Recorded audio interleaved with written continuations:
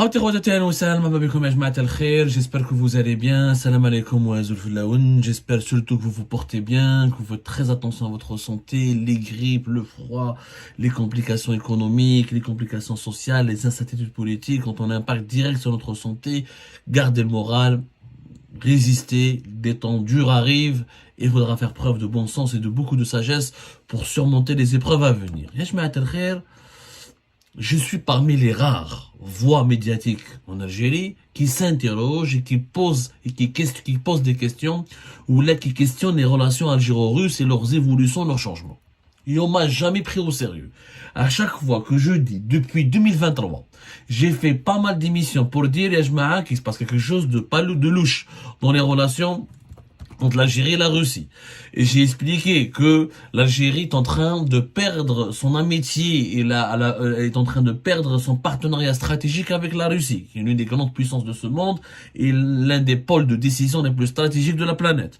J'ai expliqué comment, janvier 2024, comment la Turquie et la Russie ont changé de politique à l'égard de l'Algérie et que cette amitié à l'égard de l'Algérie n'est plus forte, n'est plus déterminante et que maintenant la Russie milite dans d'autres zones géopolitiques comme au Sahel en faveur d'intérêts qui sont ou là, en faveur de forces politiques ou la géopolitique qui sont totalement hostile à l'Algérie. Fin janvier 2024, aussi, j'ai parlé de l'alignement russe sur l'agenda des Émiratis, que les Russes maintenant sont très proches des Émiratis et qui sont partout soutiennent la politique des Émiratis, les Émiratis qui sont classés comme les ennemis redoutables de l'Algérie depuis 2022 jusqu'à la fin de l'année 2023. L'Algérie considérait les Émirats arabes unis comme étant un adversaire majeur et comme une source de menace potentielle contre sa sécurité nationale et sa stabilité. Justement, le 27 janvier 2024, j'ai toujours dit que il n'est pas normal que la Russie a tourné le dos au régime algérien et que la Russie aujourd'hui s'affiche davantage avec l'Égypte, avec les Émirats, avec l'Arabie Saoudite et que clairement, on a l'impression que les Russes boudent l'Algérie. Dans la crise malienne, 24 décembre 2023, nous avons fait une émission pour analyser que les Russes sont à l'origine du renforcement de l'influence et du poids politique et géopolitique de la junte malienne et que c'est les Russes qui arment et qui soutiennent militairement, qui entraînent et qui se battent à travers les milices de Wagner, les milices paramilitaires de Wagner, des milices russes, donc des militaires et des paramilitaires russes, c'est eux qui ont permis au Mali de reconquérir leur territoire au nord du pays, de ne plus reconnaître les accords d'Alger de 2015 et de tourner le dos à l'Algérie, de menacer l'Algérie, d'accuser l'Algérie d'ingérence étrangère et d'accuser l'Algérie de soutenir et d'entraîner les factions armées du nord du Mali dans des opérations de déstabilisation de l'Algérie. La junte malienne, elle est soutenue, parrainé essentiellement par la Russie. À aucun moment la Russie n'est intervenue pour réconcilier la junte malienne, le gouvernement de transition malien dominé par les militaires de l'armée malienne, des forces armées maliennes, les fameuses FAMA, pour les réconcilier ou là pour les ramener à de meilleurs sentiments à l'égard de l'Algérie. Dans tous les dossiers où l'Algérie est mise en difficulté, Sahel, Libye, Émirats, nous retrouvons une Russie, on va parler même dans le dossier marocain, nous retrouvons une Russie qui ne soutient plus l'Algérie, qui ne soutient pas activement l'Algérie en tout cas comme avant, une Russie qui a pris ses distances vis-à-vis du régime algérien, et l'illustration la plus parfaite, c'est ce qui vient de se passer hier le vendredi 23 janvier, hier nous sommes le samedi, hier le vendredi 23 février, pardonnez-moi, hier le vendredi 23 février 2024, le chef de la diplomatie russe, Sergei Lavrov, de retour du Brésil, où il a participé à une réunion des chefs des diplomates, des ministres des Affaires étrangères des pays membres du G20 au Brésil, et Sergei Lavrov, à son avion, a fait un escale technique à Casablanca au Maroc. Il ne l'a pas fait à Alger. Alors que d'habitude, les dirigeants russes, quand ils transitent par le Maghreb, leur point de repère, le lieu où ils observent une pause, ou l'endroit où ils se sentent le plus en sécurité et où ils ressentent de la sérénité, où ils font une halte, ça a toujours été l'Algérie. Parce que au Maghreb, l'Algérie, c'est le partenaire, c'est l'ami historique, c'est le client traditionnel de l'industrie de l'armement russe, c'est l'ami traditionnel et historique de la Russie. Ce n'est plus le cas. Lavrov, pour la deuxième fois consécutive depuis décembre 2023, boude l'Algérie, où là, il néglige l'Algérie. Ou là, comme on dit, il ne s'intéresse pas à l'Algérie. Alors, l'avion de Sergei Lavrov a fait une escale technique de près de 3 heures avant de redécoller et de poursuivre son chemin vers la Russie. Il faut savoir que dans les protocoles diplomatiques, dans les usages diplomatiques, pour les grands vols à long courrier entre Moscou et Brasilia ou la Rio de Janeiro, entre Moscou et le Brésil, en tout cas, c'est des longues heures de vol. Souvent, les dirigeants diplomatiques, les chefs d'État comme les ministres des Affaires étrangères s'arrêtent, font des escales techniques, c'est pendant 3 heures ou là 4 heures.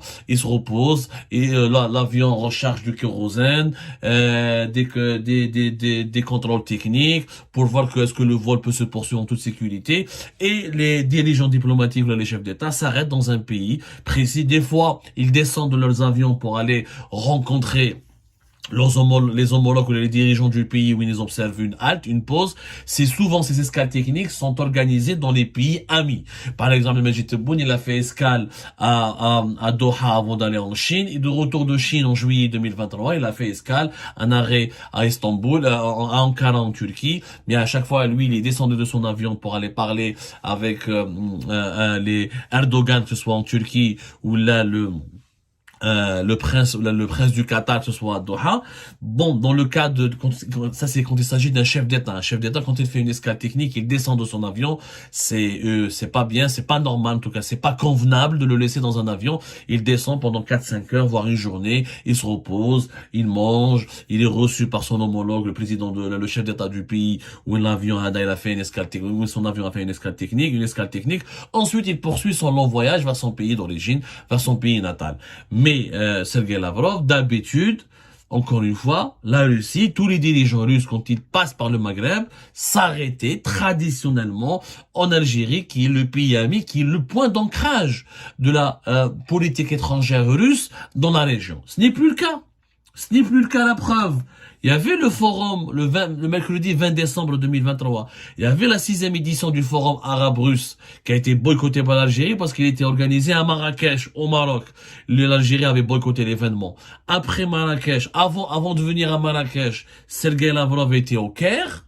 Il a fait l'Égypte. Et après Marrakech, il est parti où? Il est parti en Tunisie, où il a fait une visite en Tunisie. À l'invitation de Kais Saïd, mais il ne s'était pas arrêté en Algérie. Et c'était l'une des rares fois où un chef de la diplomatie russe, en l'occurrence Sergei Lavrov, qui est un personnage parmi les personnages russes les plus connus dans le monde, et qui est un personnage qualifié d'inamovible, ça fait plusieurs années qu'il est ministre des Affaires étrangères en Russie. Il incarne, en tout cas à travers sa personne, l'appareil diplomatique russe. Il a passé 24 heures en Tunisie. Il a assisté au forum Russie, monde arabe à Marrakech. Il est parti ensuite à Le Caire, mais il s'était pas arrêté à Alger. C'était fortement significatif. Ce n'était pas fortuit à Jema'a. C'était la première fois que là, il n'y a pas un contact, ou là une visite, ou là un arrêt, ou là une halte, ou là une pause d'un dirigeant, d'un chef de la diplomatie russe en Algérie. Je rappelle que Sergei Lavrov n'est plus revenu en Algérie depuis le mois de mai 2022.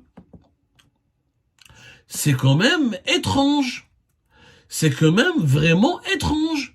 Qu'est-ce qui se passe entre l'Algérie et la Russie? À chaque fois que j'aborde ce sujet, ils jouent des gens, ils disent non, des sources proches du régime algérien, vous connaissez rien aux échanges, à la relation très particulière entre l'Algérie et la Russie. Il y a des réseaux, il y a des relations ancestrales, il y a une amitié solide et inébranlable, il y a des traditions, il y a des coutumes dans ces relations. Vous ne comprenez rien, vous n'êtes qu'un petit journaliste, vous n'êtes qu'un spéculateur. Alors, expliquez-nous que Sergei Lavrov n'est plus revenu en Algérie depuis mai 2022. Il a été au Maroc, décembre 2023, le forum monde arabe Russie. Il a été en Tunisie. Il a été en Égypte. Là, il revient du G8 du Brésil. Il fait une escale technique au Maroc. Il ne s'arrête pas en Algérie. Expliquez-moi.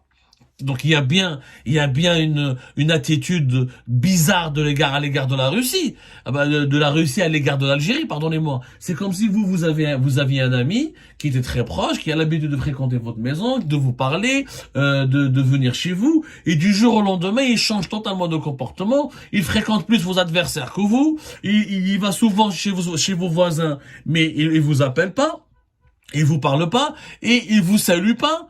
Il y a quand même un problème. Ça veut dire que cet ami il vous reproche quelque chose.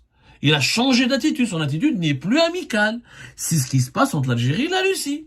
Ne venez pas nous dire que tout va bien, que les relations ne sont plus harmonieuses. La Russie soutient les Émirats. On a parlé. Elle a construit une amitié solide et un partenariat exceptionnel avec les Émirats. La Russie parle beaucoup plus à l'Égypte qu'à l'Algérie. La Russie elle s'est rapprochée beaucoup du Maroc, qui est quand même l'adversaire stratégique de l'Algérie, alors que l'Algérie est censée être l'allié traditionnel de la Russie. C'est la Russie qui soutient les militaires maliens qui ont torpillé l'accord d'Alger et qui ont insulté l'Algérie, qui ont accusé l'Algérie de soutenir des mouvements terroristes et de déstabiliser le Mali.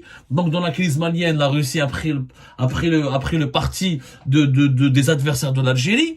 Au Niger, c'est la Russie qui se mobilise pour soutenir la nouvelle junte nigérienne du Niger dans ses relations, dans sa gestion de son territoire national et dans la gestion de ses opérations militaires et dans ses relations stratégiques avec la communauté internationale.